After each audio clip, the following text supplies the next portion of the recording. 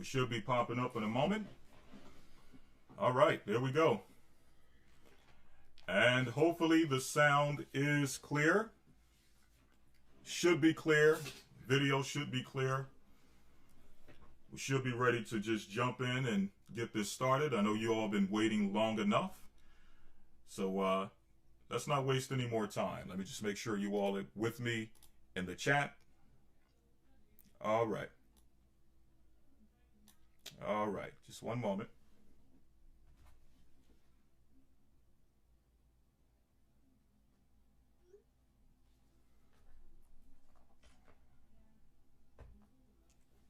Okay.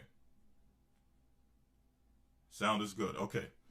Let's get into it. We have I hope to be an informative lesson today. Very thought-provoking lesson. And quite a bit of information that we have to try to finish in a timely fashion. So let's get into it.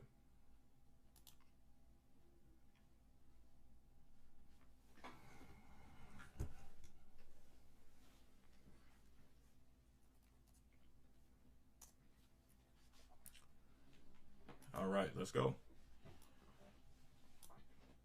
First and foremost, we're going to give all praise and honor to the Most High AHAYAH, Bahashem Yeshai Wabawak, for allowing us to come before you for another week of the GOCC Sabbath. Now, before we get into the lesson, we first want to remind you, which after the lesson we'll go into some full details as to our upcoming Hebrew and Bible Academy, which starts Sunday, July 25th. We're currently accepting enrollment, so if you're interested in joining, you can either visit us at historytimes.org or you can simply send an email to goccacademy@gmail.com. Again, historytimes.org or goccacademy@gmail.com.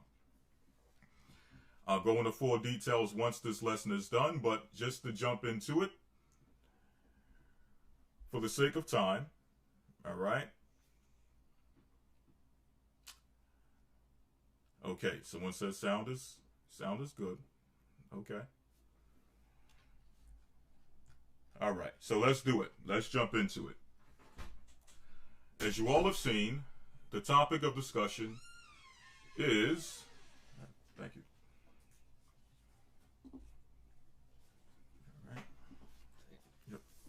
All right, we're good to go. All right, so the topic of discussion is faith in false miracles. Again, the topic, faith in false miracles.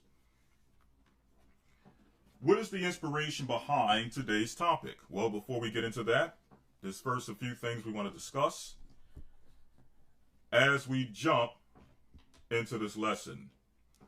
And I want to take my time, even though we want to try to keep it in a timely fashion. I want to make sure I take my time to thoroughly explain the information and the points we're going to be making in today's lesson. Because usually with topics like this, which are very intricate, very touchy topics for many reasons, they often generate questions, right? So with though answers are provided, also, those answers or some elements of these types of lessons may generate more and more questions than answers for some people. So I want to take my time and discuss this in such a way that when we leave this lesson, we have answers, and then maybe even some of those questions that are usually generated from lessons like this. Those questions are answered as well. And of course, it is impossible for us to provide an answer within the course of one lesson or many lessons of every question that may pop into someone's head. That's an impossibility. So hopefully, we're going to try our best to explain this in such a way that we touch on as many elements of this as possible to fill in as many blanks as possible. But also, we're going to put it on the shoulders of all of you who have also been created in God's image. You have the ability to be critical thinkers and to make decisions. Okay? So we're going to also put it on your shoulders, it's probably not the best expression, but we're going to give you all, or let you all operate in the freedom that God has given you, being made in the image of God. Okay? Understanding that, again, we're not going to be able to address every personal situation, every type of scenario that may pop up when we talk about topics such as the one today, which is going to be essentially modern medicine. Okay? So, before I jump into it, I want Elder Iraq, if you can, to read the introduction to the lesson, and then afterwards we'll make a quick disclaimer, and then we'll jump into the lesson. This way? Yeah, cut off. Okay. The water. All right. It says, faith in the Most High will help us to endure forever. Faith in the medical doctors, however, seems to bring something quite different. Too many of our people are dying right now, and instead of cleaving to the Most High, we cleave to a bottle of pills. We must wake up. The Father in His way is the key to our problems. By doing things our own way, we have for years inflamed our problems until we now lack faith in Him and look for a miracle pill from someone who has no control over life or death. Our faith in the medical world has become a religion in itself, where we are afraid to step out on faith at times simply because of the fear instilled in us by the medical religion. It's time to speak about these issues and to free our minds from the chains that have been placed upon them through a media and family tradition-based religion known as healthcare. There you have it. So, obviously from the introduction, you all know, and as I've mentioned, we're going to be touching on the medical industry, okay, modern medicine, which according to what we're putting forward, has taken on the attributes of a religion, more so than a science-based, information, research-based, what's the word they use a lot when testing things out, and experimental base, and going in and using scientific theory, testing, to see if something works. We're practicing exactly. Practicing something and see if it works. I can take that same information that I received in my experiment or my testing or my practice, I forget the exact term they use for it, I can take it to another part of the world with those same exact elements or the same exact environment and the same exact information that went into my study and get the same exact results. I believe they call it the scientific method, if I'm not mistaken. But it seems like modern medicine, which is supposed to be based upon scientific method, is becoming more so like a modern religion, where there's faith. There's faith. They don't even use the term healing. You talk to a doctor about healing and they'll correct you. Well, you don't use the word heal around these parts. That's not in our lexicon. Okay? But I'm going to say, just for the sake of conversation, with faith in that particular belief system, we're going to say that there's also the idea of faith healing. Okay? Healing lying in, as the intro stated, in a bottle of pills, or in a particular procedure, medical procedure, regardless of what that may be, causing some form of healing, which in some cases it does. It does for me, and that's why I want to make it very clear and take this very slowly and make sure that I don't send out the wrong message in this lesson, which leads us to the disclaimer. Because we don't want anyone to go from any lesson that we put forward, especially when dealing with sensitive topics such as this, and now go to the far side of totally neglecting their health and neglecting their well-being, neglecting their children's health, neglecting their children's well-being, because you feel like if I go and get medical help from medical professionals, right, that somehow it is a it's a sign of me having a lack of faith. Okay? If my child goes and they're playing football, or they're playing a sport, or they're just playing in general, and they break a ligament or they get badly injured, and I take them to go get professional help, somehow that's a challenge to my faith. I should be in prayer. I should be laying hands on them and should be doing other things, opposed to getting them some level of immediate attention to something that will need immediate attention. That's not the message that we are sending forward.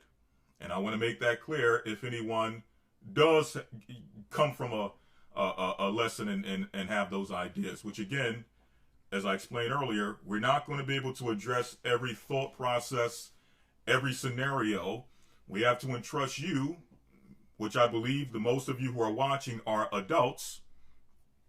We're going to have to trust you to now take information, process it, and use what God gave you.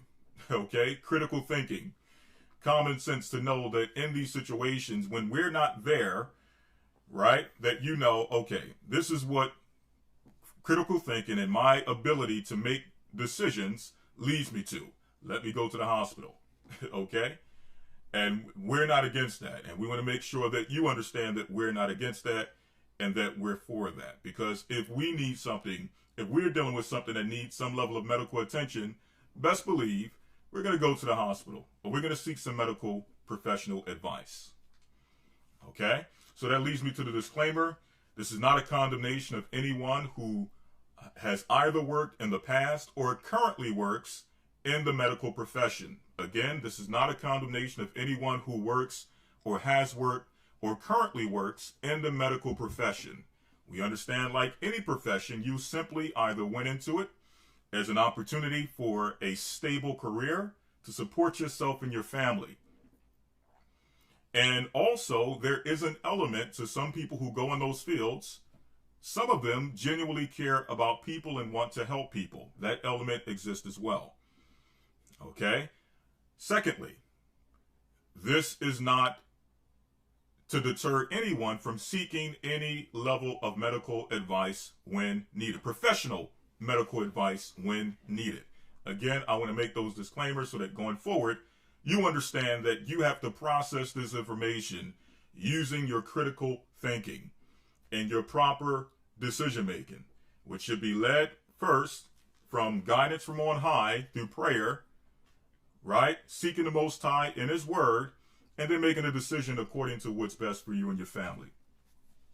Okay? So, getting into it. False faith and false miracles. Why should we touch on such a lesson?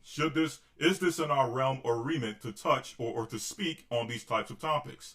Many people who believe in the Bible, okay, or proclaim to be Bible-believing Christians will tell us that this is not in our realm or remit to discuss. We should leave this to the professionals. We should leave these types of discussions to people who have went to school for this. And in some cases, depending on what you're talking about, maybe so. But this is not, we're not delving into the intricacies of, you know, how medicine is made and how certain conclusions are generated based on research in the laboratory and what have you. We're not going in that deep. We're going into the overall, what is the overall purpose or the conclusion of the matter when it comes to the field of medicine? What is it leading to as people become more dependent on the modern medicine system and are becoming less believing and less dependent on faith in the Most High, when faith can be actually applied? Okay? What is that leading to?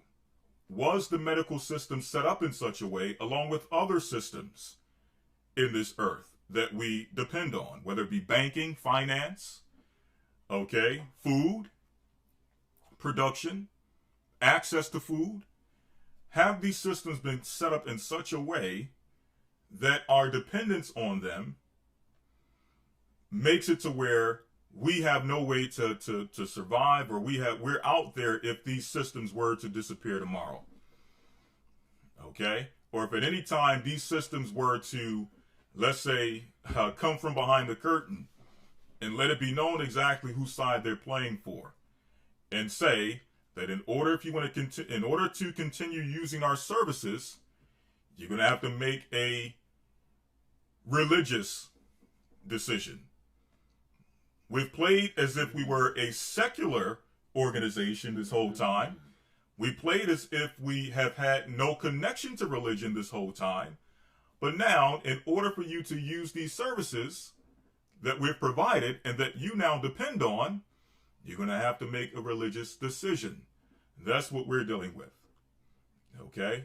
If you want to talk about, the composition of how to make Tylenol and, all this other stuff and how to fix the bones, I'm not the guy for that conversation. I'm going to speak to a professional in that realm.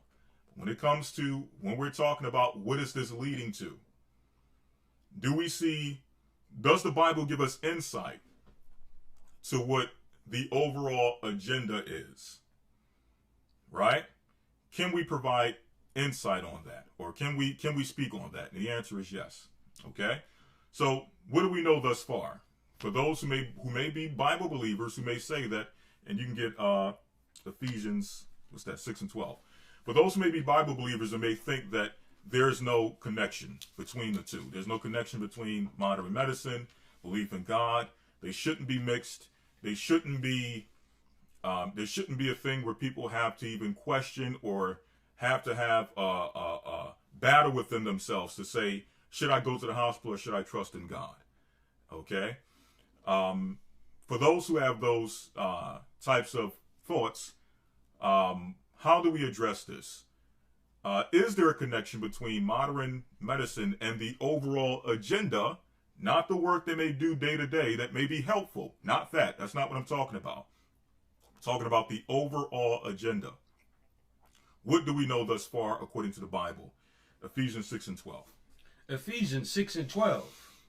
For we wrestle not against flesh and blood, but against principalities, against powers, against the rulers of the darkness of this world, against spiritual wickedness in high places. Against spiritual wickedness in high places. So here's our question to those who may believe that there's no connection, that we shouldn't even be dealing with this in conversation with Scripture.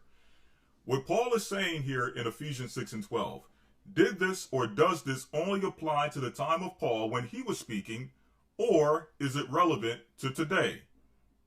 Are we still in a system or in a time in which we wrestle not against flesh and blood, but against principalities, against powers, against what?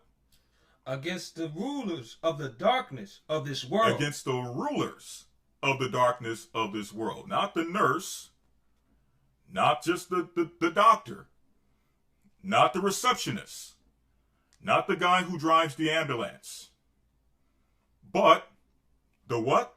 Against the rulers of the darkness of this world. Against the rulers of the darkness of this world. Is there an overarching influence or an overarching power that is driving the overall agenda towards a particular end? Is what we're addressing. Okay? Is there spiritual wickedness where? Against the rulers of the darkness of this world. Mm-hmm. Against spiritual wickedness in high places. Is there still spiritual wickedness in high places that are driving these particular industries, whether finance, whether food, whether medical, that is driving them to a particular end? Not the guy at the grocery store, okay? Even though he may be a low-level participant in the ideology. He may be a low-level witch or Satanist or warlock, okay? It may have a little bit of insight of what's going on. May be willing to harm people. But we're not really even dealing with him in this conversation. He's a part of the problem, or she's a part of the problem if there's a she that's involved in that. But we're not even dealing with those individuals. We're not going to make this necessarily about the individuals on the ground. In the hospital, we hear of many cases, many of us have experienced situations where either the nurse or the doctor were dealing with shady practices. They are part of the problem. But still, we're not even necessarily dealing with those individuals. Even though they're part of the problem, they're part of the issue, we're not addressing them. We're addressing the spiritual wickedness in high places that is over their industry, that allows for shady practices to exist. Okay? And that is driving the agenda to a place where now what we're going to call Satan's agenda or Satan's promise is fulfilled. We're going to show you what Satan's promise is. Many of you know this scripture. You know about this promise, but we're going to bring it out in relation to this discussion. Because those who believe in the Bible must understand that there is a connection. We can speak about these different industries in the realm of Scripture and show that there is an overall agenda. But let's read that again in Ephesians 6 and 12. Ephesians 6 and 12. For we wrestle not against flesh and blood, but against principalities, against powers, against the rulers of the darkness of this world, against spiritual wickedness in high places. Against spiritual wickedness in high places. So today, even though in the past, and you want to see in the future, if there's some malpractice taking place, we're going to expose it with the people on the ground. But this lesson is focusing on the spiritual wickedness in high places. The people who are driving, the people who make the real decisions that affect us on the ground. Okay? And I shouldn't even say people. Right? Yeah. Because, you know, the Bible says spiritual wickedness in high places. There's forces beyond people that are driving this. People can only operate to such an extent as what is revealed. Okay? Even those you want to call geniuses. People with what we consider to have high intellect. We have to understand that the word genius itself means to be inspired by a genius. Inspired. That word has spiritual connotation, okay, with the word spire going back to spirit. Okay, so those words have spiritual connotation. It means that a spiritual force outside of yourself, whether good or evil, is giving you insight, okay, on how to plan, giving you insight on how certain things work, whether good or evil. Okay? So even if you want to talk about people being so-called geniuses and that title being thrown around, and these people, these are the smart people that we must listen to and we must adhere to. They know what they're talking about. Trust the science. Right?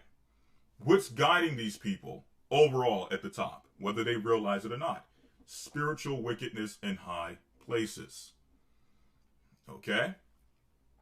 So let's get into this. Let's go to the book of 1 Timothy 6 and 20. Okay? Okay, 1 Timothy chapter 6, verse 20. O Timothy, keep that which is committed to thy trust. Avoid profane and vain babblings, and oppositions of science, falsely so called. And oppositions of science, falsely so called. The word science simply, it goes back to the Greek word gnosis or gnosis, which means knowledge. Okay, so knowledge, falsely so called. Or science, falsely so called. Okay? So the things that we have accepted as scientific truth, is it truly science? Is it truly things that have gone through a method, a process by which it can be replicated at any part of the earth? If you have the same elements working, the same information put in, same information put out, do you get the same results? Or is the science changing as we go along? And when I say that, of course, you're going to have people that say, well, science is supposed to change as we go. That's the thing about science. It's supposed to improve. It's supposed to get better. See, that's the problem with religion. With religion, you got to stay in the past. You got to adhere to these old customs and ideas that were from 6,000 years ago. But science is so great because it transforms, and it elevates, and it's innovative, and all these different things that people say about science.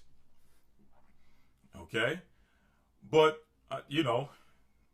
personally, in the past 2 years of this whole thing, we're seeing science kind of taken, and we've seen it before this, but this is a prime example of science is just taking a hard fall, because now things that we thought were concrete scientific ideas that we all understand and must adhere to, it's now changing based on the narrative.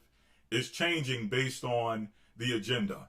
It's changing based on God knows what. We're asking now, like, okay, I thought you said this just last year, or just yesterday, or just last month. You said this. This is the signs that we must trust. Now, a month later, a day later, a week later, now that's changing.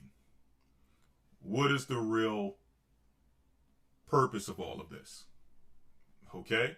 Is it truly, are we really dealing with science here? Are we dealing with a religion being placed under the idea of science that is moving us towards the ultimate goal? Okay? What is the ultimate goal? Let's see. Let's get the book of Isaiah 14 and 12.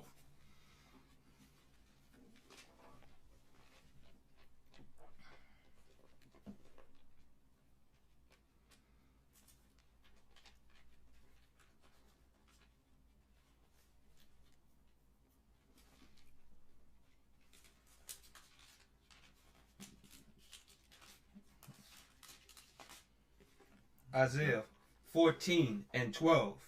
How art thou fallen from heaven, O Lucifer, son of the morning? Mm-hmm. How art thou cut down to the ground, which did weaken the nations? Mm-hmm.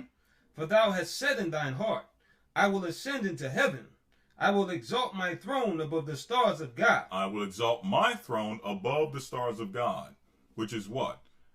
Satan is now giving us the idea that he has the power and the ability to be exalted above God. Okay? To take his throne and raise it above the throne of God. Okay? Read on. I will sit also upon the mount of the congregation in the sides of the north. Mm-hmm. The sides of the north, when you deal with the precept, both sides of the north, Jerusalem or Zion. But also, we understand that where the Most High is also the sides of the north. Satan not only seeks to rule over the people of God, he also seeks to set, as we read earlier, his throne above the stars of God. Okay? Above God himself. Go ahead. I will ascend above the heights of the clouds. I will be like the Most High. I will do what? I will be like the Most High. I will be like the Most High. And this is where we start to move this conversation out of the realm of just conspiracy. Okay? One moment. Okay, yes. This is where we move this out of the realm of conspiracy, or the idea that what we're saying is some type of just conspiracy theory. If Satan made a promise that he's going to exalt his throne above the stars of God, he's going to ascend above the heights of the cloud, and to go as far as to say he's going to what? I will be like the Most High. I will be like the Most High. Then we have to ask the question, how will Satan be like the Most High? What are some attributes that the Most High possesses that Satan is trying to mimic? And thirdly, what will Satan have to do in order to mimic those attributes? If the Most High, let's say, for example, let's just give a few examples off the top. Let's go to Genesis, the first chapter.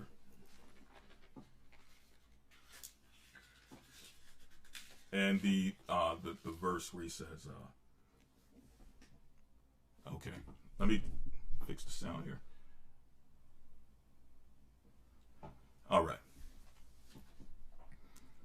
I'm going to ask you all, what are some things, what would Satan have to do? Okay, so going back, what are some attributes of the Most High that Satan is trying to, what are some attributes that the Most High possess, the Most High only, that Satan is trying to counterfeit, as someone says? And secondly, what would he have to do to counterfeit the Most High and those attributes? We're going to give one, but you all can, someone says creation, someone says healing, which we're going to get to, and that's a big one. Okay? But before we get to healing, let's read where it says, I've given you for meat.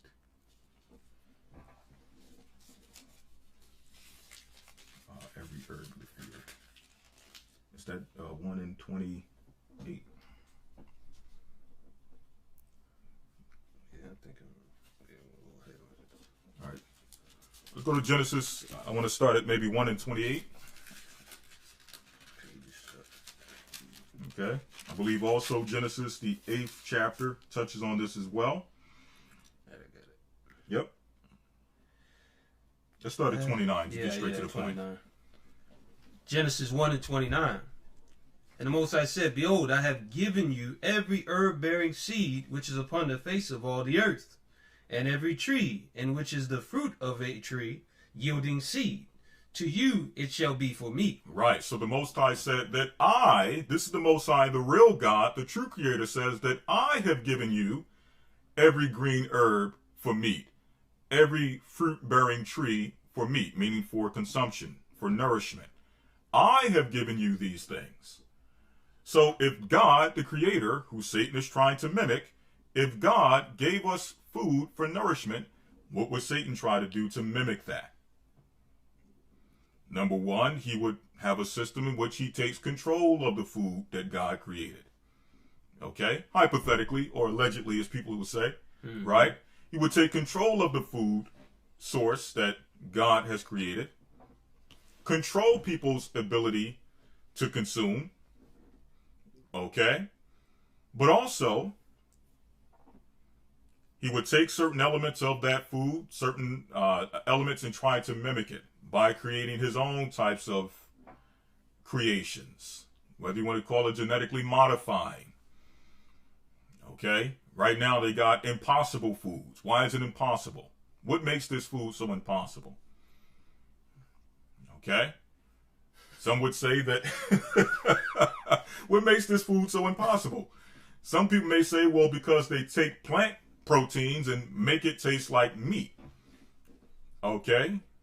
Well, I find it hard pressed to believe that that is the impossible part, because before impossible food, there were people, whether you want to call it vegans or vegetarians, who were able to take certain things and put it together without manipulating the very structure of it, right? And make it taste like meat. I've had mushrooms that people have made that taste like meat. I've had dishes where people take potatoes and other things and make it taste like meat. That's not the impossible part. Okay?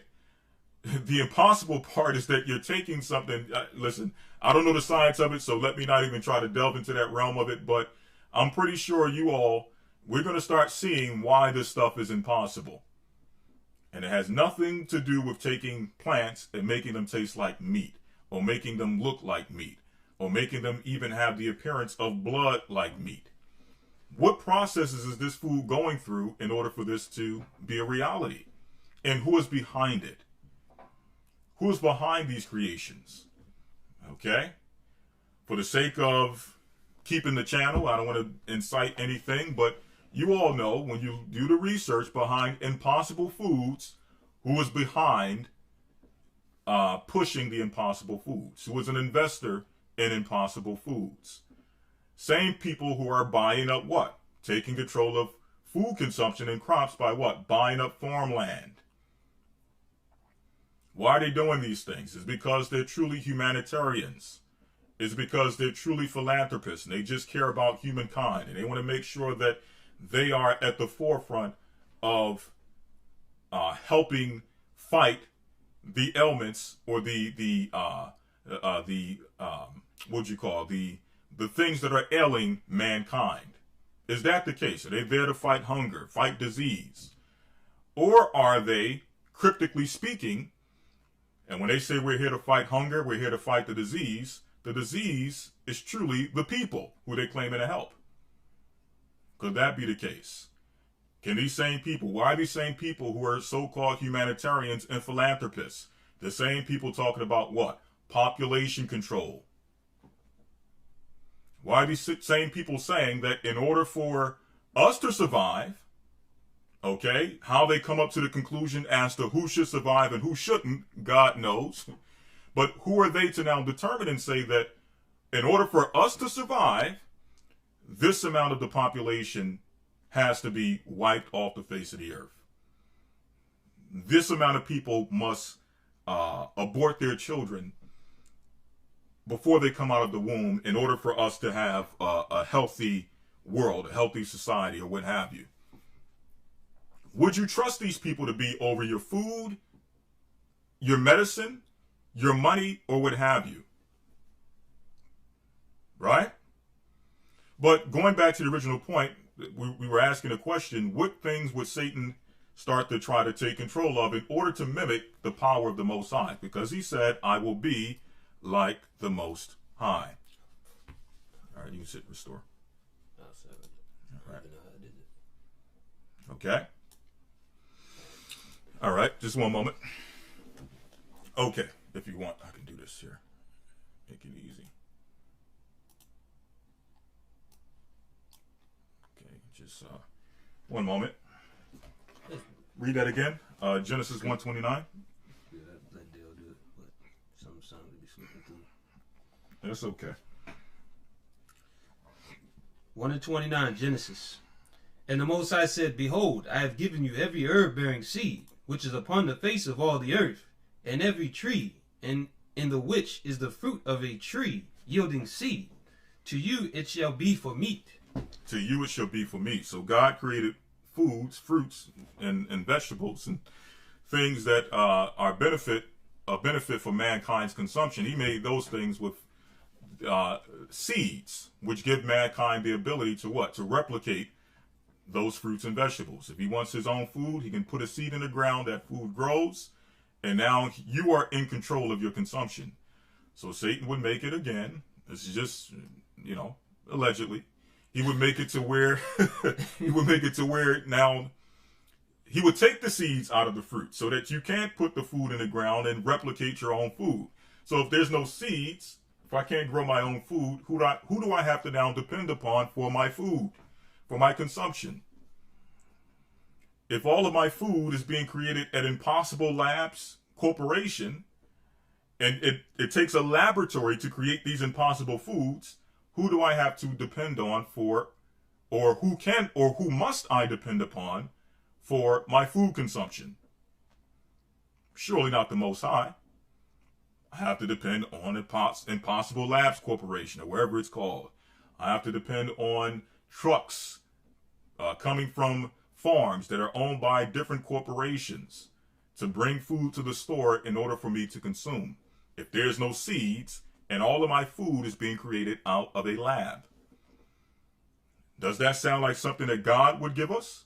Well, absolutely not. We just read that God gave us seeds which replicate themselves, which when you put in the ground, it grows food.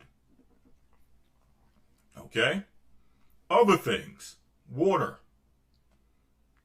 finance, and as many of you mentioned earlier, health. I will create a system in which people no longer would depend upon faith for healing. They would depend upon a pill to numb the effects of something I probably should need to really examine. If I'm getting these feelings in my body that are pulsating and certain things are happening, instead of trying to take away the effects of it, I should probably look into, like, why am I having this headache? I'm not saying you can't take Tylenol or something like that to get rid of it. That's not what I'm saying. But I'm saying that sometimes the things we try to numb, our body that the Most High gave us is trying to tell us something. Maybe I need to drink more water. Okay? Or maybe there's more serious things that are going on that I probably need to, maybe it's something I'm eating. Okay? A hidden ingredient in one of these food products that's not really a natural product that I need to focus on that's giving me these headaches. Instead of trying to numb it, let me try to do some testing here to figure out what's going on and take more responsibility for my health and well-being. You see? But when you have those quick fixes, it makes it to where you don't have to. And in some cases, you don't have the time to. You need to get up for work in the morning. You got to pay those bills. So you don't have time to sit back and try to figure out and play, a Dr. Mom or Dr. Dad and try to figure out what's going on with you. Okay? Or what's going on with your family. You're just trying to make ends meet. So you don't have time to go through some of these processes sometimes. So, hey, the quick fix is convenient. But again, what is it leading to? At the end of the day, when Satan's promise is fulfilled, what will that society look like? And based on the choices we're making now on either food, finance, and health, how will we be caught up in those systems? Will it be a situation where it's like, man, This is the mark of the beast system, and I had to depend on the mark of the beast system to survive. Based on some of the decisions I may have made that probably could have been avoided, but I trusted these systems, and now they got me on something that I depend upon, that I can only get from them.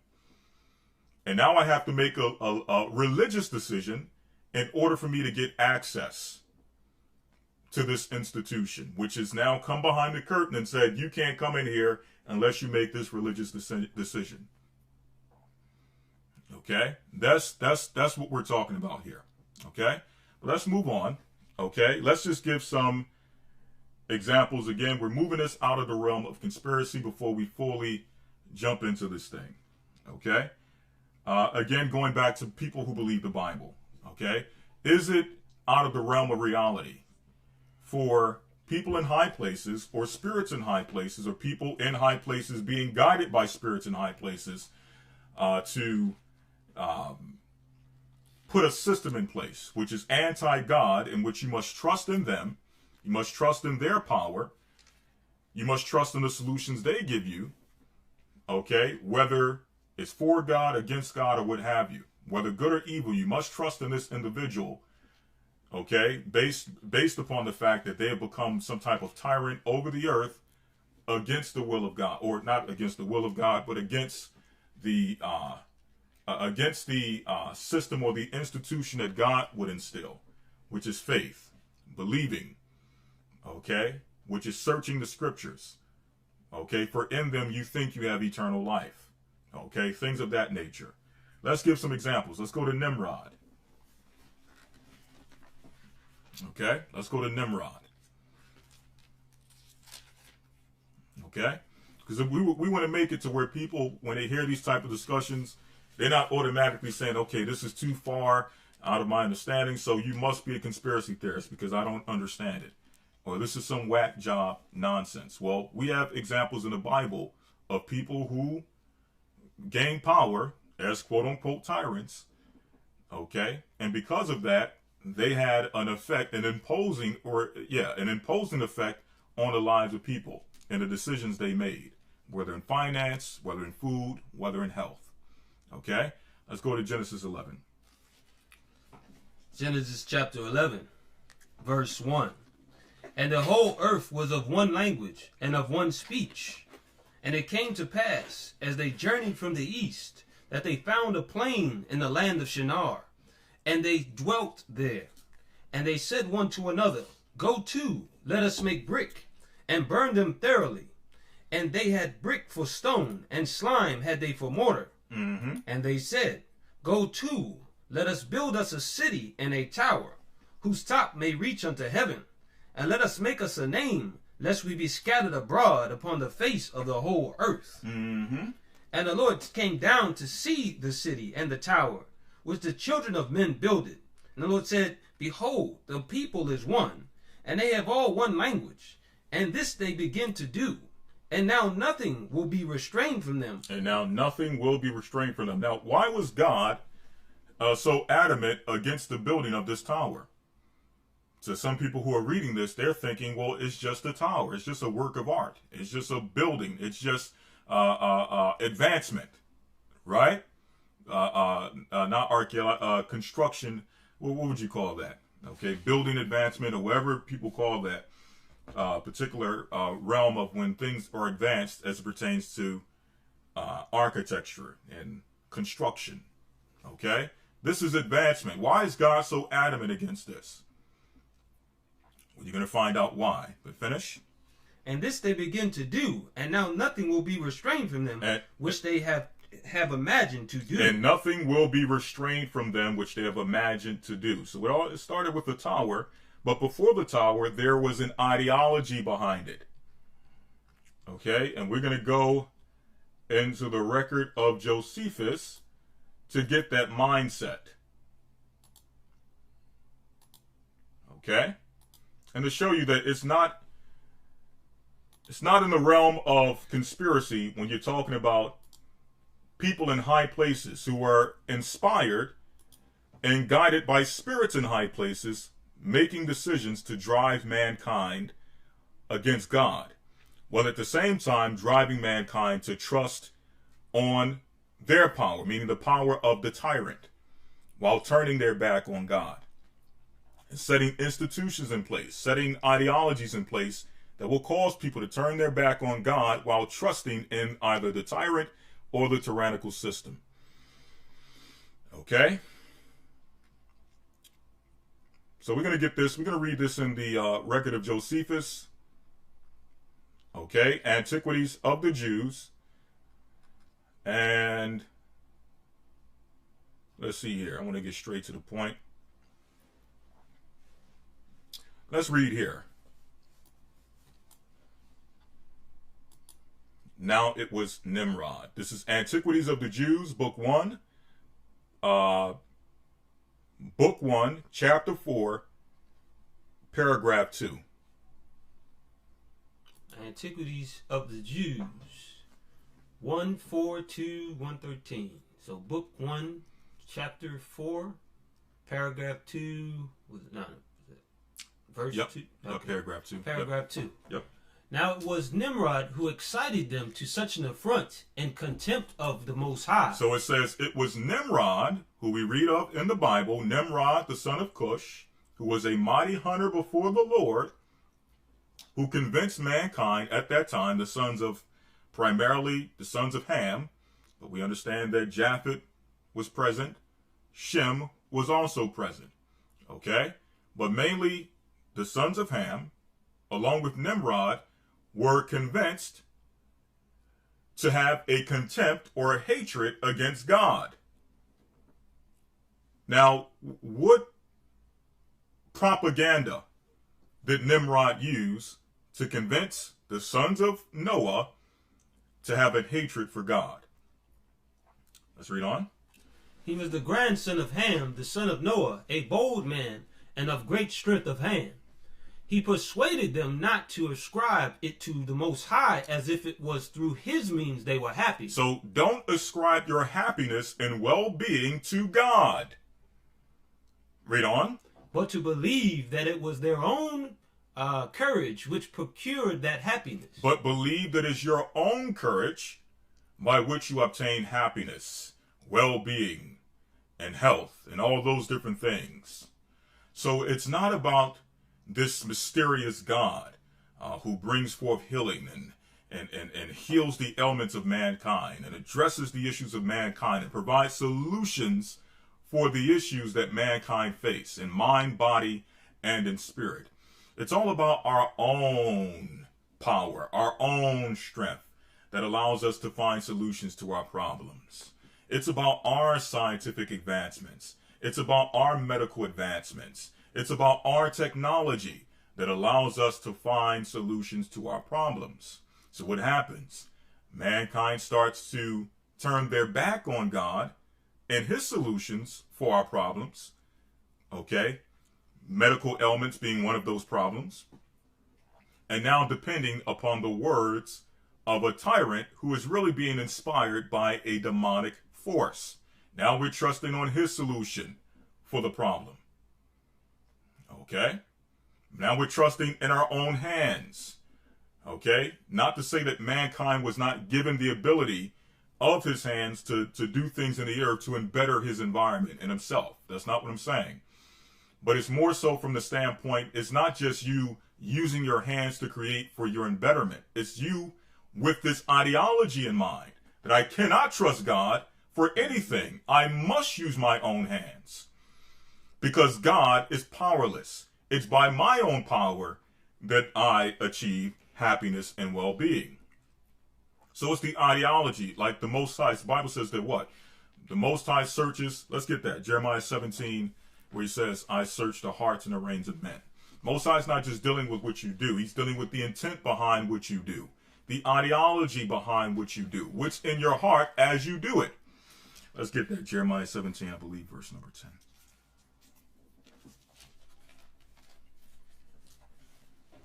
Jeremiah 17:10. I, the Lord, search the heart. I try the reins, even to give every man according to his ways. To give every man according to his ways. So the Most High searched the hearts, the reins, the inward parts of men, the minds of men. What is your inspiration behind what you're doing? You can either be like Adam, who was inspired to be a husbandman because God put it in him and instructed him that this is the garden that I have created for your benefit. Keep it tilled and the food will grow up and all those different things that will be for your well-being. The only thing you have to do is keep it. Just make sure you watch over it or what have you. Okay? So you can be inspired by the Most High and His Word to now go out there and produce for yourself and your family. Okay? According to the instruction of God. Or you can go into that same exact garden or that same exact field and work that field with the intention of saying that there is no instruction of God. I'm going to work and till this ground with the understanding that there's no God, there's no instruction of God, God cannot help me. And when I get the opportunity, I'm going to take these things that I have grown in the ground and I'm going to take or use what you would call either science to modify these things to remove them so far from what God intended and created, because this is what I have to do as man to survive. God don't know what He's talking about. Okay? So just to give a small example of, we both can do it's all, in other words, it's all about the inspiration or the mindset that you approach something, okay, when you are operating. So these people were operating and maneuvering with the mindset that God had no power. God was useless. It's by our own strength that we obtain health and well-being and happiness, right? Read on. And according to the fruit of his doings. And according to the fruit of your doings. Why? Because the fruit of your doing starts with what? It starts with your mind. It starts with something being implanted in your heart. It starts with an ideology. Okay? So that's what happened with the people during the time of Nimrod. So let's start here where it says he also gradually. He also gradually changed the government into tyranny, seeing no other way of turning men from the fear of the Most High, but to bring them into constant dependence upon his power. You see that? So his government, this wasn't just Nimrod as an individual. Nimrod was bringing forth a government, okay, which changed into what? It said it gradually changed into a tyranny. How?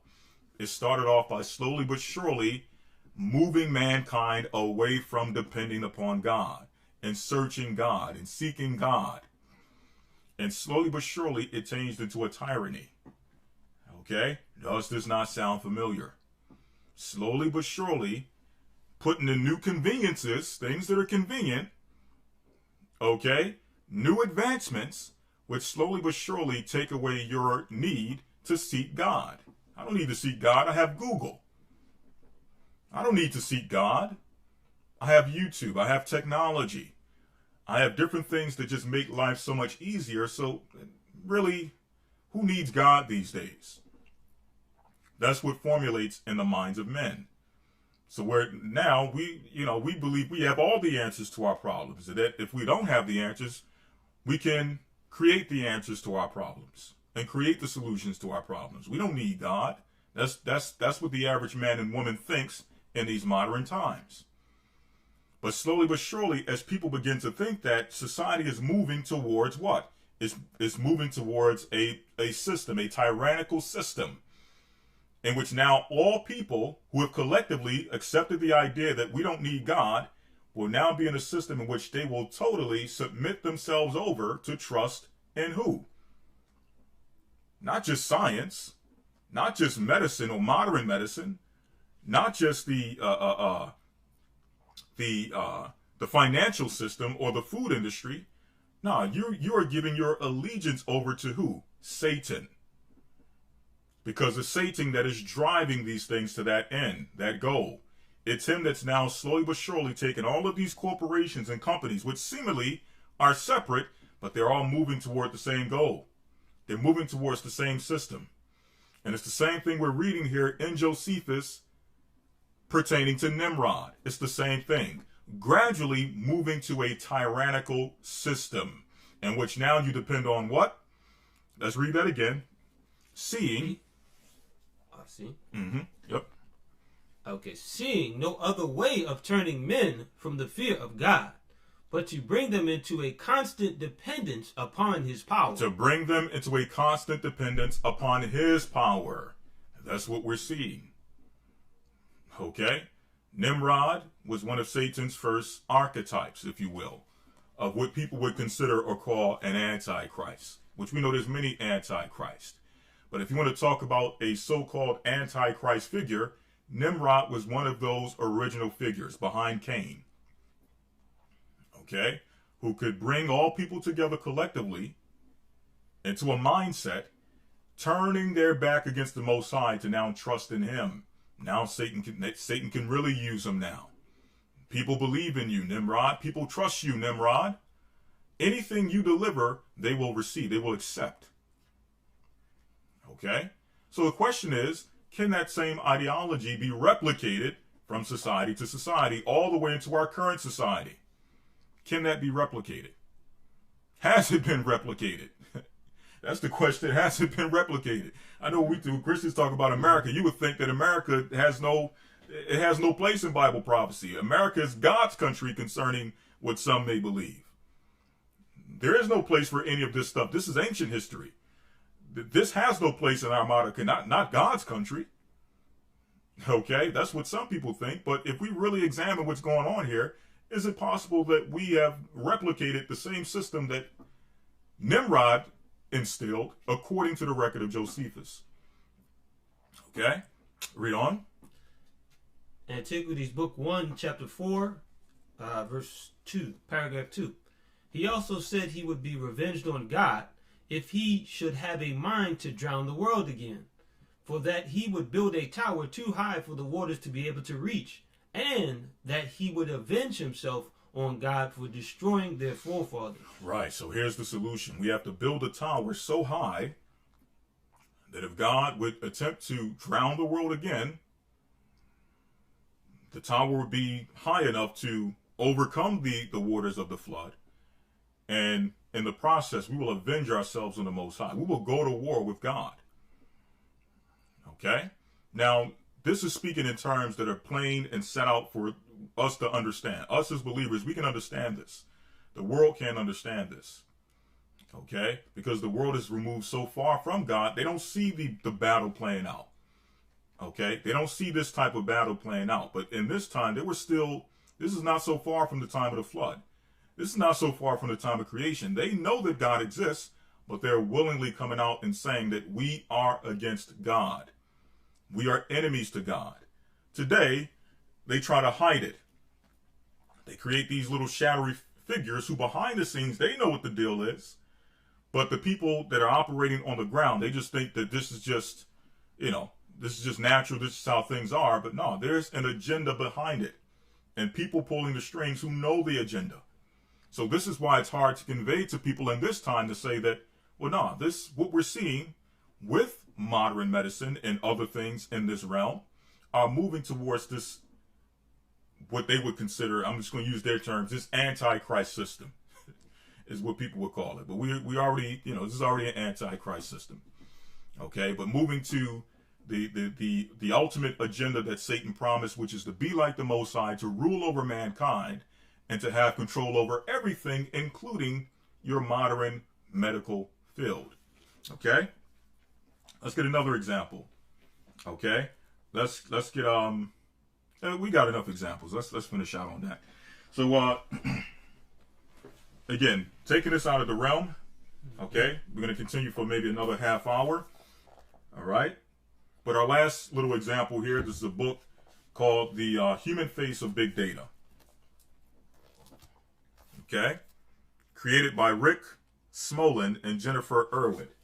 Okay, and the beautiful thing about this book is that this is not a conspiracy book.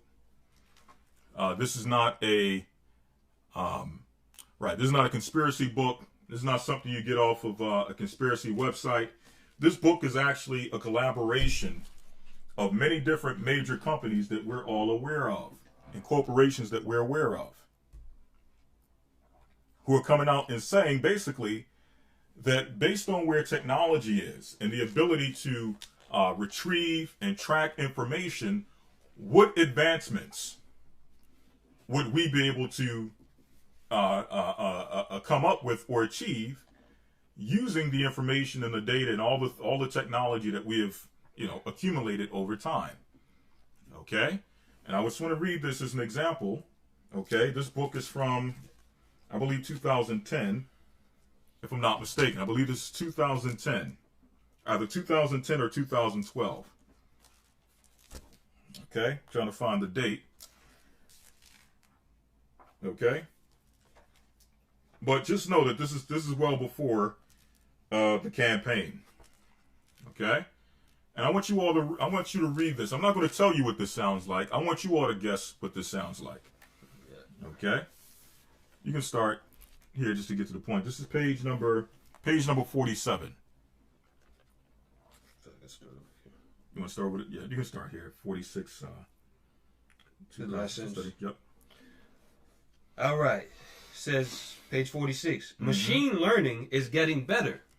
The prevalence of cell phones and cloud computing is increasing, and we're getting more data and doing more studies, Gerald says. When data are collected over the course of years, they can provide relevant information about a person's cognitive functions. You see that? So when data is connected over time, they can now start to see patterns in your cognitive functions, meaning what? They now can see not the pattern of just what you do, but what you think. Okay? They know you better than you know you. Who does that sound like? Who knows you better than you know you? Is that not the Most High, who searches the hearts and the reins of men and tries them according to what? The fruit of their doings? Does he not know us more than we know ourselves? But yet, we have technologies being put in place, which you're going to see are being merged with health in modern medicine. These systems are being put together, right, with this ability to know you like the Most High knows you. Okay? So the question is the Most High behind this, or the one who promised to be like the Most High? Is it he that is behind this? Okay? Read on. Diagnosing a decline before obvious symptoms arise. Diagnosing what? A decline before obvious symptoms arise. So before your symptoms come, they can start to diagnose your cognitive function decline or your health decline. Before it even comes about. What does that sound like? The ability to know something is going to happen before it happens. That sounds like the Most High, who, according to the book of Isaiah, it says that he declares the end from the beginning. He declares what's going to happen before it happens. So the question is, who is behind this? Is this the Most High that's putting this forward? Or is this the one who claimed that he will be like the Most High, who is putting forth the inspiration behind these technologies? Okay, read on. Data tracking could even help monitor infectious disease. Can help what? Monitor infectious disease. Can help monitor infectious disease. This is starting to sound a little bit familiar. Keep in mind, we're talking about technology being able to monitor infectious disease. Okay? Does this sound familiar? Let it finish out. Pentland has shown that certain patterns picked up by a person's phone, such as a decrease in calls and text messages, correspond to onset of the common cold and influenza. Right. So the cell phone, in particular, being used to help determine, based on the, what's going on the cell phone, being able to determine if you got a cold, if you have influenza, or any other infectious disease. What does this sound like? What does this sound like?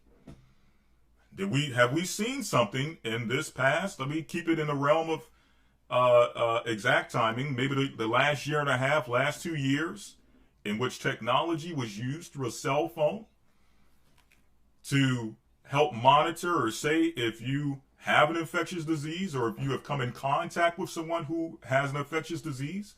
Does this sound familiar? And who is this benefiting? I know some people say, well, I would love to know if I'm going amongst people who have an infectious disease. Well, then we can argue, well, is there really, an infectious disease that's really outside of what we already understand concerning things like the common flu, the common cold. Okay?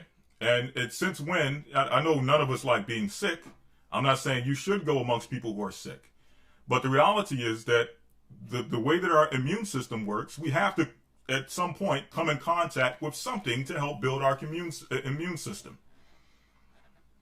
Okay? So we've never been in a place, again, none of us like to be around sick people. None of us like being sick. But the way the Most High made us is that we're able to, our immune system grows stronger with the more things we come in contact with, so that we build defenses. Okay? So again, getting back to the point, who is creating this, who is behind, what is the mind behind this? Is this the Most High, or is this the guy who's trying to be like the Most High? Right? Go ahead. If outfitted with software that can intervene when data analysis suggests the early stages of an illness, your next phone could help you figure out you're sick before you are even aware of a problem. So your cell phone will be able to determine if you're sick before you have a problem. Before you know you're sick, your cell phone will be able to tell you that you're sick. So now who becomes your God in this situation? Who becomes your inspiration behind your prophecy? The prophecy being that I'm about to be sick. Who's inspiring that? You mean to tell me that my cell phone is going to know that I'm sick before I'm sick, and now I have to sit at my cell phone and wait for inspiration from my cell phone to tell me that I'm about to have a physical ailment or a sickness? So now my cell phone, by proxy, becomes my God. It's the thing that tells me everything that I need to know about myself before I even know what's going on with myself. My cell phone, by proxy, becomes my God. My technology becomes my God. Why do I need the Most High? Why do I need to pray? Why do I need to fast? Why do I need to seek the Bible? When the technology I have is going to give me the answers that I've been praying for. It's going to give me the answers that I would search the Bible for.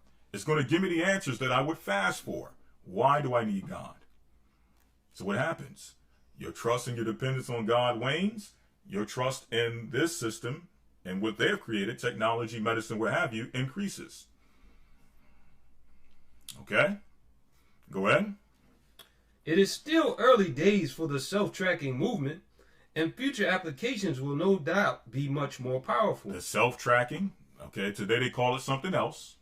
Y'all all know the term that they use to track where a sickness is maneuvering and where it's been and so on and so forth. You all know the term. Go ahead. But the idea of a program that allows people to adjust their behavior and monitor their well-being is too enticing to ignore.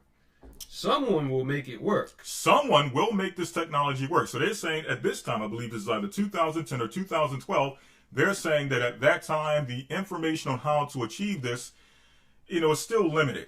We don't know how this is going to be brought forth, but someone is interested in bringing this forth because this is an enticing idea here. If we can make this work, I mean, we're one step closer to bringing forth that system we just discussed in the book of Josephus, that tyranny, where people now depend on Satan more than they depend on God.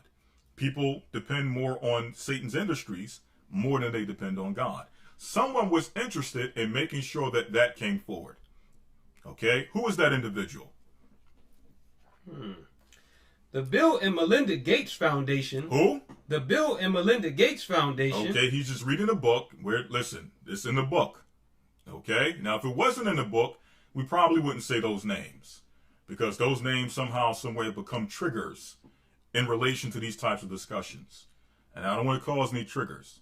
But the book is saying that the people behind wanting to bring forth this technology where your phone is able to tell you that you're sick before you know you're sick, the people behind it are who? The Bill and Melinda Gates Foundation. The who? The Bill and Melinda Gates Foundation. What relation do they have with this? And the M Health Alliance. And the M Health Alliance. So again, that merging of technology and health and medicine. Right? Go ahead. A group that includes representatives from the United Nations and the Rockefeller Foundation, are already encouraging the development of health-related phone apps. Are already encouraging the development of health-related phone apps. So they were developing this in either 2010, I believe 2012 is the date of this book. And here it is. We're in a time in which we first got that taste, at least here. I'm not sure if other places have systems like this, but at least here we got a taste of the idea of your phone tracking your either health habits or if you have been in a place where there is a sickness. So that your technology has the ability to know that you're sick before you know you're sick. What does that sound like? Who is behind this? Okay? Now, let's move forward. That's it on that? Yeah. That's pretty much it on that? Okay. One point though, it sounds also like that movie Minority Report though. Yeah. Because remember at the beginning of this whole thing before the medical procedure, there were people showing up at other people's doors with full-on suits on when it first started. Yeah. As if someone committed a crime. Exactly. So, and that's the point. You see, we have to understand beyond just when we talk about we talk about the satanic medical industry.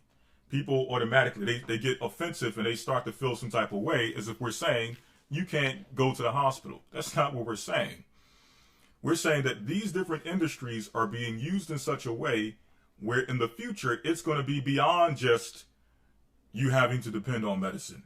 If you come in contact with something that is deemed a sickness, you are now being, and you're refusing, okay, to be a part of certain treatments or what have you, you're going to be on the level of a terrorist. People showing up at your door and saying, okay, this thing is here, I don't want to get too far into it. I would rather have the articles and things of that nature up and have some of those videos up that LD Rock is referring to that we were seeing at the beginning of this, which was giving us insight as to the world that we're going into. Anytime something is deemed as a threat to society, whether violence or by sickness or health emergency, they now are going to look at you as a terrorist based on the decisions you make. What do you think the Bible meant when it says they shall cast you out of your houses and then shall it be known who are my chosen? Certain decisions will be made, which if you refuse to bow down, it's going to cost you what you consider or what you have gotten used to as a normal life. The ability to access housing, the ability to access a vehicle, the ability to access work. Okay? This is where this thing is moving to. And the medical field is just one of those fields that is being used to bring these things forth. I know people may not understand it. People may say it's conspiracy theory, but listen, if you haven't seen what took place this past few years and what is continuing, see, what we have to realize as well is that even though here in the States, things seem like they're opening back up, and things are getting back to normal, and I don't even want to make this a whole thing about this particular campaign. I was going to talk about more other things, but it kind of led into this direction. But even though things it seemed like things are going back to normal here in the States, and other places in Europe and other countries, Suriname and some of these other places, it's getting tighter. Australia, things are getting tighter. So we were able to see elements of it in such a way where we got a nice taste of it, but then it eased up a little bit.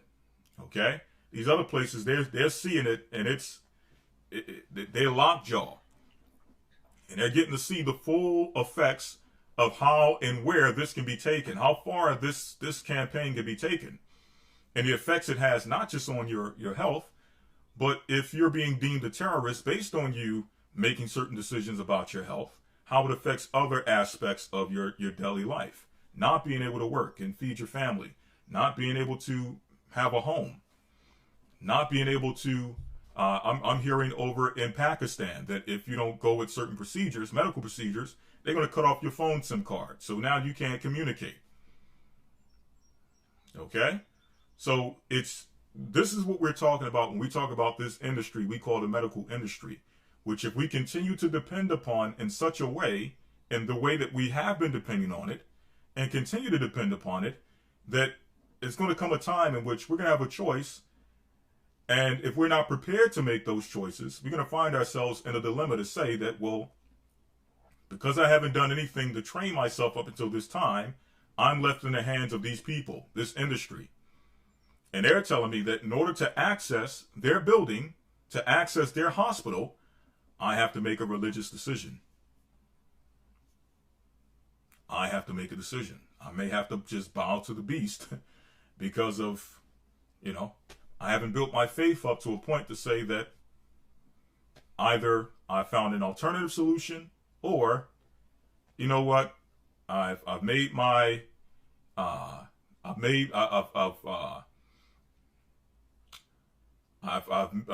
strengthened my relationship with God, and whatever happens, I'm ready to meet the Most High. Okay, because there's going to come points where that's going to have to be a thing. Now, and this time, listen, you don't have to go that deep.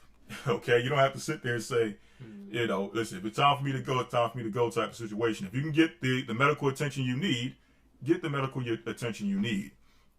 But also understand that where this is going, there's going to come a time in which those decisions will have to be made.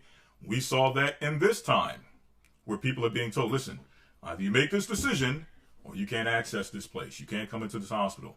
You can't work here. We've seen it. We're still hearing stories about it. You can't attend this place, this school, this place of learning, if you don't get this procedure. We're seeing it. So people are being forced to make decisions that are against their religious belief, or being told that they have to make a decision against their religious belief in order just to operate in society. Is this the coming fulfillment of Satan saying that I will be like the Most High, where he is lockjaw and just has barreled down a society to the point where now you must choose who your master is. You must choose this day whom you will serve. Is it coming to that point? Or are we just crazy conspiracy theorists? We don't know what we're talking about. We're just making this whole thing a big thing. That's all you GOCC guys do. You take everything, you blow it out of proportion, and you do all this other stuff, and you come up with all these crazy ideas, just trying to be different than everybody else. Is it one of those situations? I haven't heard that much lately, though. Yeah, those things got to dwindle a little bit, because as we mentioned, the whole thing of conspiracy theory, for those at least who are honest enough to look at things objectively and say, why are things happening like this? Like, this is not adding up. People who are objectively, not saying they necessarily have to believe in everything we believe or teach, but people who are just on the outside looking in objectively and saying, why? It doesn't make sense. Why are these different measures being put in place? It's not adding up. You know what? I don't believe in what they say here, but in this point here, I have to agree. That's for people who are honest with themselves. You're going to have some people who's going to stick their head in the sand, regardless of what you show them. Okay? Regardless of what you say, they're going to stick their head in the sand and just say, no, conspiracy theorists, I don't understand it. I don't get it. It's above my pay grade, so you must be a conspiracy theorist. Fox News didn't say it. CNN didn't say it, so you must be a conspiracy theorist. Okay. What happens when what we said a year ago, right? And we're called conspiracy theorists about it because CNN didn't say it. A year later, we're sitting here and CNN is making a full report of something we said a year ago, and we're called conspiracy theorists for it but now because CNN said it, now it's the truth.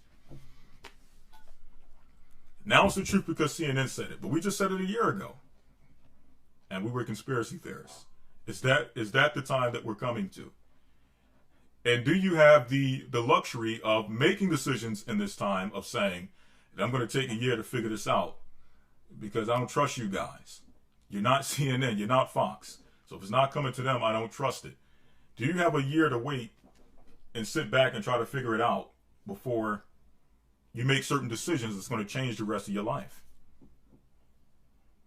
Time is running short. Okay? But just to close out with a few more scriptures on this. Okay? Obviously, I wasn't able to really go too deep into some of the things that I actually wanted to touch on, but hopefully you all get the point. Again, we're not talking about every single individual that's in the the medical field and saying that everyone is the nurse, is wicked, even though she can deal with shady practices. Okay, the doctor is evil, even though he can deal with shady practices. We're not more so focusing on them. Okay, we're focusing on the overall agenda of this thing. Okay, but let's get a little bit into some of the scriptures. Let's go to Proverbs 3:1.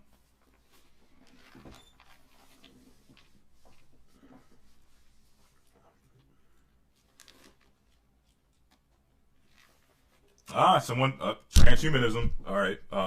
You actually reminded me of something before we get that. Again, taking it out of the realm of conspiracy. One last thing before we just get a few scriptures and close out. I was going to mention something. Yep, go ahead.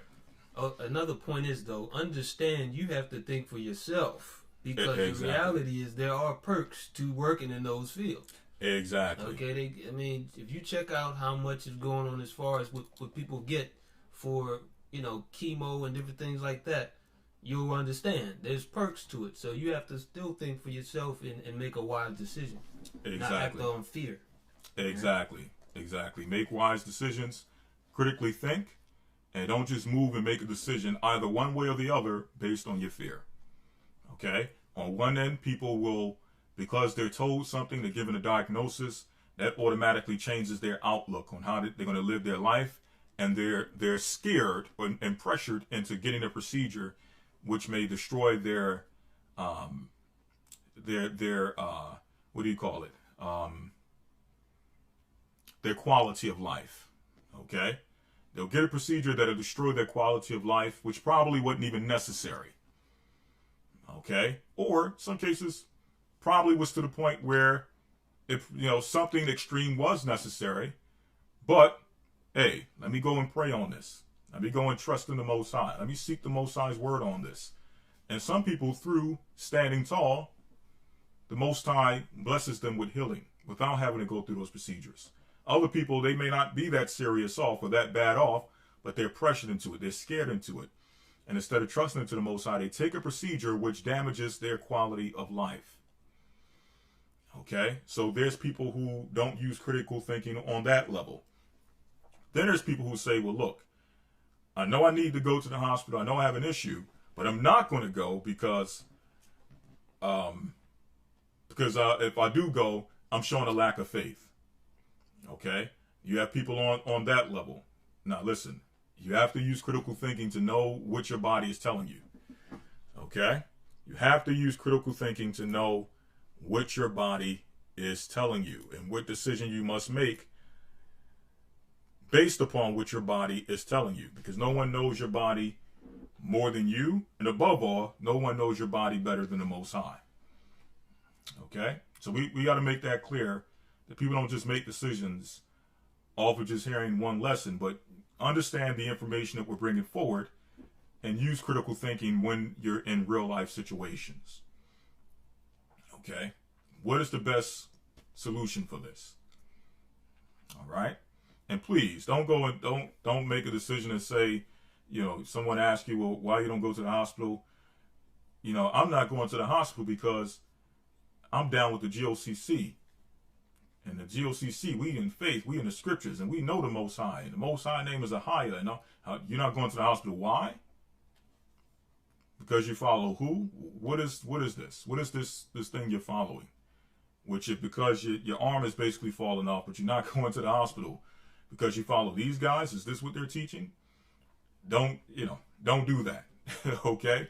Because that's not what we're conveying. And now people, you wonder why people are looking at the church with a shady eye, because now you're conveying a message that we've never conveyed.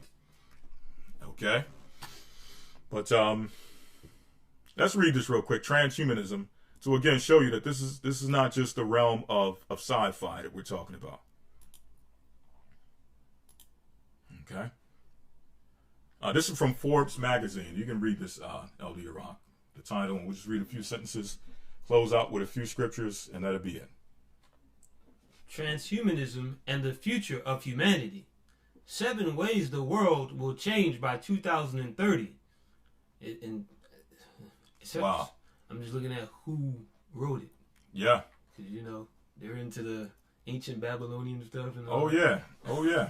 And it's becoming more evident, you know, these people from the East, okay, we're not into singling people out, but they are heavily tied into these types of industries that are bringing these things forward. But go ahead. You scrolled a little bit.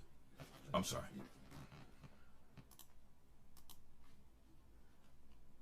Let me see here. Okay. Companies today are strategizing about future investments and technologies such as artificial intelligence, the Internet of Things, or growth around new business models.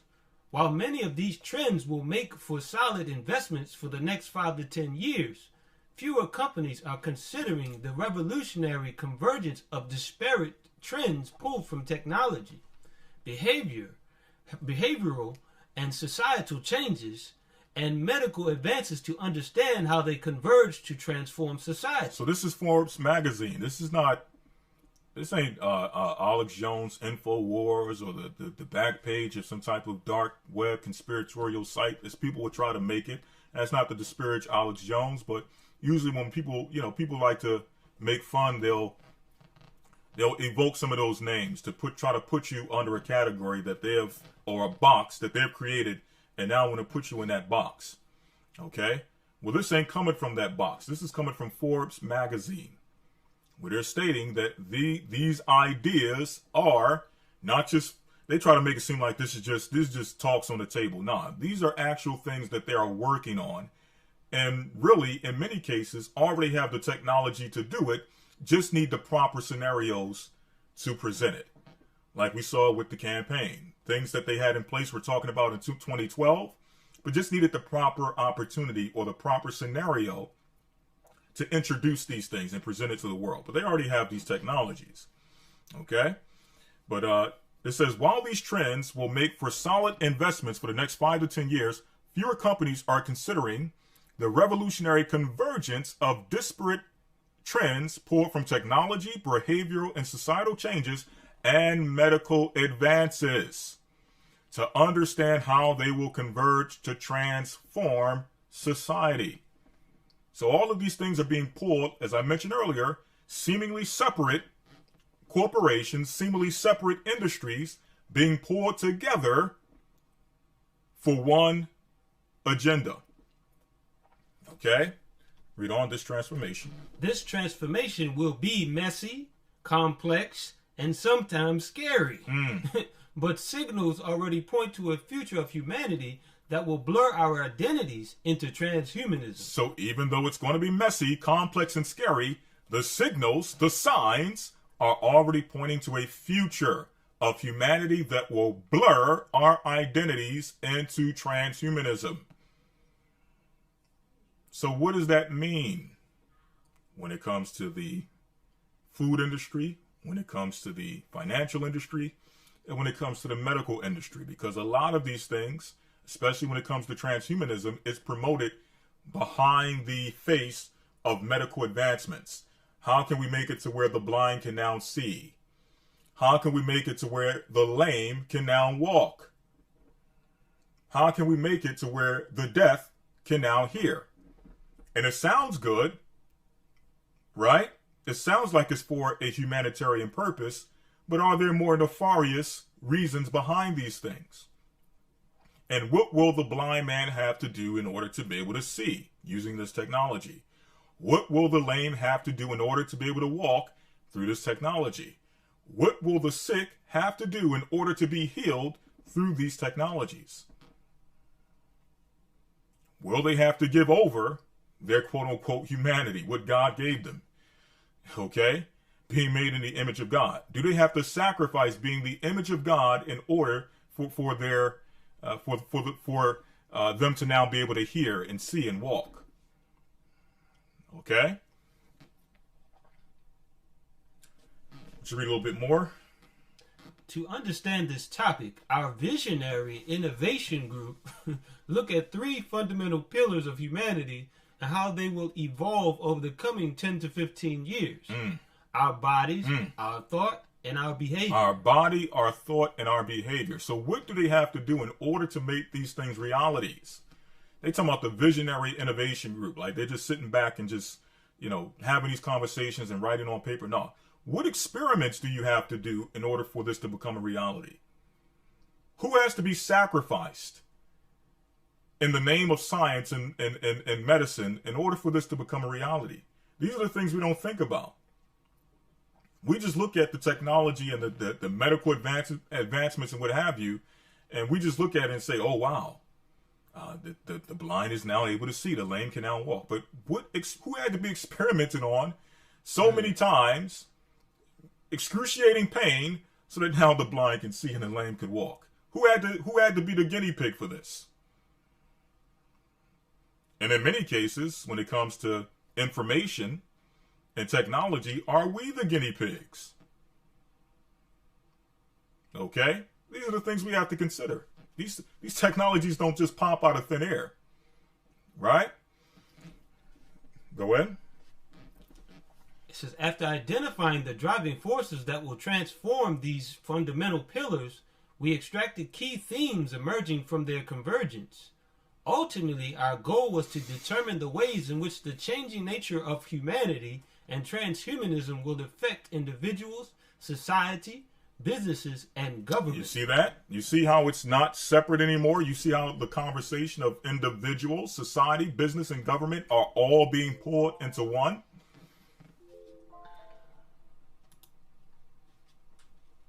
Okay. Now, we can obviously read more on this, but when you get the opportunity, just look into transhumanism and understand that this is not kook stuff. This is not cuckoo stuff. This is reality. Okay? And look at why these things are being created and how it's being tied into health and medicine. Okay? Let's read that scripture in Proverbs. We'll read this and then one more scripture after that. And with that, we'll close out.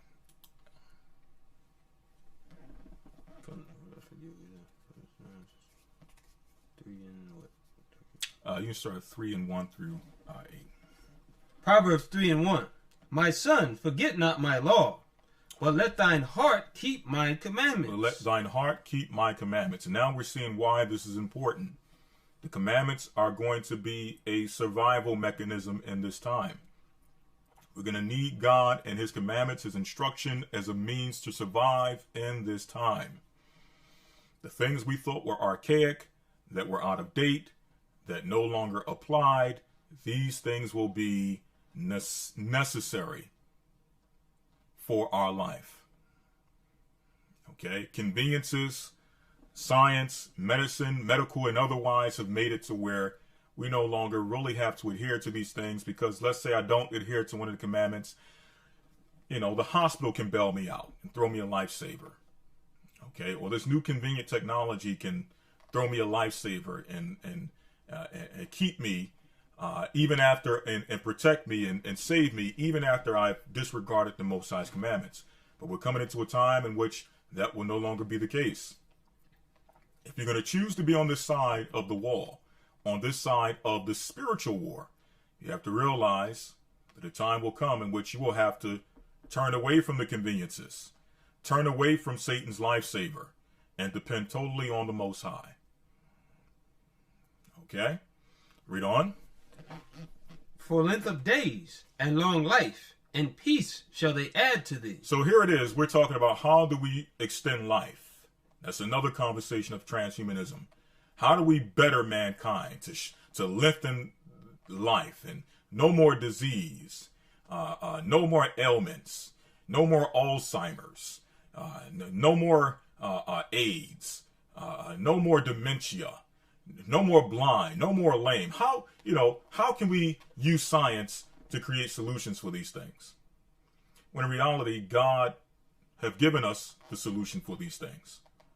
He said that length of days, long life, and peace shall they, meaning the commandments, add unto you. This is the fountain of youth that we're seeking. Not one of your cheap mimicking the Most High, because anything they give you is going to just be a cheap carbon copy of what the Most High have already given us through trusting in him and keeping his commandments. So I'll take the shortcut. I'll just keep the commandments. Okay? Go ahead. Let not mercy and truth forsake thee. Bind them about thy neck. Write them upon the table of thine heart. Mm-hmm. So shalt thou find favor and good understanding in the sight of the Most High and man. Mm-hmm. Trust in the Most High with all thine heart, and lean not unto thine own understanding. Lean not into your own understanding. Okay? So that's why we talk about seeking the word, prayer, fasting before making decisions.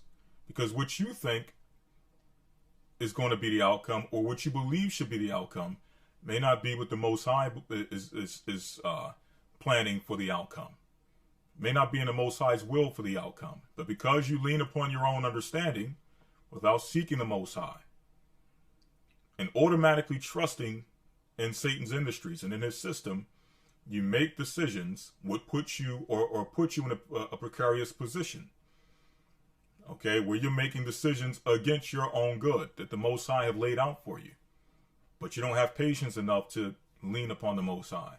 You don't have faith enough to lean upon the Most High. You're too lazy to wait on the Most High. You need the quick fix. You need the quick solution. You need the convenience. But the Bible calls, when Christ says, take the straight gate, straight doesn't just mean, when you look at that word, the particular word straight that's used, that word straight more so alludes to what? When you hear terms such as dire straits, that's talking about what? A road of adversity, a road of pain and sometimes suffering. That's what straits, being in dire straits, mean.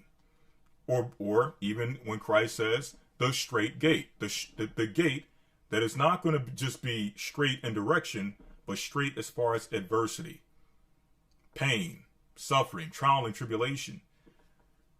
It's going to come a point in which we have to go through that and not just easily look for the quick fix. Now, again, I'm not saying if you busted your knee, don't sit there and say, man, I got to go through the straight gate. I got to go through this pain and this suffering, man. I got to do it, man. Or if I go to the hospital, Most High going to deal with me. No, I'm not saying that. Okay. Don't put it in that realm. Okay. What I'm saying is that the time we're coming into, we're going to have to make some decisions. So either educate yourself on how you can deal with basic medical, fixing medical issues on your own as much as possible, survival, medical procedures or what have you, okay? Or be in a position forever in which you will have to depend on someone else for your health, which will eventually get to a point where Satan is going to ask you to make a decision to get that medical help that you so much depended upon. Okay? Go ahead. Proverbs 3:6. In all thy ways acknowledge him, and he shall direct thy paths. Mm-hmm. Be not wise in thine own eyes. Fear the Most High, and depart from evil. Fear the Most High and depart from evil. Don't you know that a lot of these ailments that we're dealing with is because we're dealing in evil? Making horrible decisions in our life, and now we have no choice but to find ourselves at the doorstep of the nearest hospital. Don't we realize that that's the case? The things we put in our body, the things we do to our body, the things we ignore when our body is communicating and telling us, hey, man, you need to stop eating that. You need to stop drinking that. You need to stop smoking that. And we continue to smoke. We continue to drink that. We continue to eat that. And slowly but surely, we see it happening. We see the decline, which is the easy fix is, let me just stop eating it. Let me try to reverse this. Instead of drinking this, let me drink that. Instead of eating this, let me eat that. Instead of smoking this, let me just put this down. There is no alternative to smoking. Okay? I'm sorry for those who thought that I was going to give the alternative. Instead of smoking this, let me smoke that. There is no smoke this, smoke that. Put the smoke down. Okay? Instead of listening to the signs, we forego. And that pain gets a little bit more excruciating to the point where we have no choice but to find ourselves at that doorstep of the nearest hospital and possibly having to depend upon them for a large portion of our life. or sometimes even the rest of our life, based on the severity of damage that we've done to our bodies. Okay? But again, the point is that a lot of the things that we experience in this body is because we're dealing with things we have no business. And then we want that quick fix. We want Satan to throw that lifesaver. No, you better listen to the Most High. Okay? Read on. Verse 8, it shall be health to thy navel and marrow to thy bones. It shall be health to thy navel and marrow to thy bones. It shall strengthen you if what? You adhere the Most High commandments. Okay? Not just what's written down, but also through the Spirit. The Most High, again, the Most High sends us messages and lets us know when we're going in the wrong way. And how going in that wrong way is going to destroy the only thing that we have in this earth that belongs to us, which is our bodies. This is all we have. Okay? So if this is all we have, then we better listen to the person who gave it to us. Because he knows this better than we do. He knows what's good for this better than we do. Okay, one last scripture. Let's get that one in Sirach. Let me see here.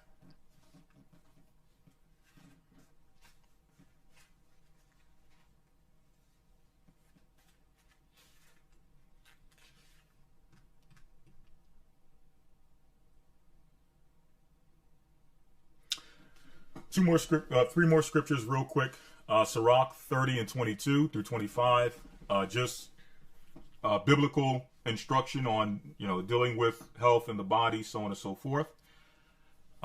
Sirach chapter 30, 22 through 25. You can read those real quick.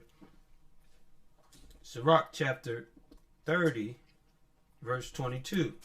The gladness of the heart is the life of man, and the joyfulness of a man prolongeth his days. Love thine own soul, and comfort thy heart. Remove sorrow far from thee. For sorrow hath killed many, and there is no profit therein. Right, and this is why we tell brothers and sisters that you have to be very careful of what it is you not only allow into your body physically, but also what you allow in through your mind, what you allow in spiritually. Because you go off and you listen to certain things and certain doctrines, and, I'm telling you, sometimes Israelites will make you believe that you cannot enjoy life to some extent. Okay? Or you may put these pressures on yourself where you feel like you can't enjoy anything. Here it is, you're looking at a bowl of soup, mad as all hell because you think it's just evil that you gotta, something gotta be wrong with this bowl of soup. Okay? Something gotta be wrong. It's raining outside, man. Something gotta be wrong, man. Somebody gonna pay for this, man. The Most High gonna kill you, man, because the rain is not, the rain is destroying my whole vibration of what I'm dealing with in this day and time.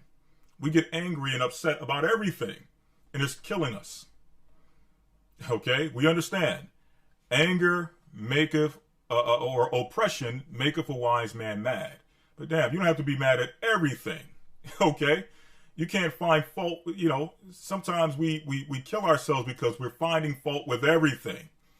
Nothing ain't right. Okay? The pizza's too cold. We flipping tables and we got to curse everybody out. You find your mother, she got ham in the refrigerator. She's not in the truth. She don't know any better. But now you got to flip and throw the whole refrigerator out and you got to curse her out. But she don't, come on, man. You can't be upset with every little thing in this life. You have to find joy in something, or else you'll be just walking around angry, and that anger turns into sorrow, pain of heart. Okay, next thing you know, you're collapsing at an early age. Well, I thought he had the truth, man. I thought he had the wisdom and knowledge of life and how to have long life. Ain't that's what the Bible talk about? Well, why is he dying at such an early age? Of natural causes. It's all that anger and all that we find in every little thing. We gotta find something wrong with it. Okay? That has to stop. Okay? Read that again, verse 23. Sirach 30 and 23. Love thine own soul and comfort thy heart. Remove sorrow far from thee. For sorrow hath killed many, and there is no profit therein. Envy and wrath shorten the life, and carefulness bringeth age before the time. Mm-hmm. A cheerful and good heart will have a care of his meat and diet. Mm-hmm. There you go. Envy and wrath shorten life. In fact, a cheerful and good heart will have care for his meat and diet. So the way you think has an effect on how you take care of yourself, what you put in your body. If you're always depressed, you're going to try to find joy through other things, like eating and drinking. Okay, if you're always in sorrow, you're going to try to find joy in other things. And those things that you find comfort in, such as quote-unquote comfort food, are always not the best things for us, especially not to have in excess. Okay, so we got to find comfort in the Most High. Okay, and don't be angry with every little thing that's going on around you. Find peace in something, man. Okay, but Sirach 30:14 through 17. This will be the last one. Okay, and we'll close out. 14 through 17, Sirach. Better is the poor being sound and strong of constitution than a rich man that is afflicted in his body. So better to be poor and of strong constitution, meaning in good health, than a rich man that is afflicted in his body. To be a rich man full of pain and anguish. Because money just increases what? Your access to your desires and your lust. Okay, you love alcohol, well, you get money, you're going to have access to some good alcohol.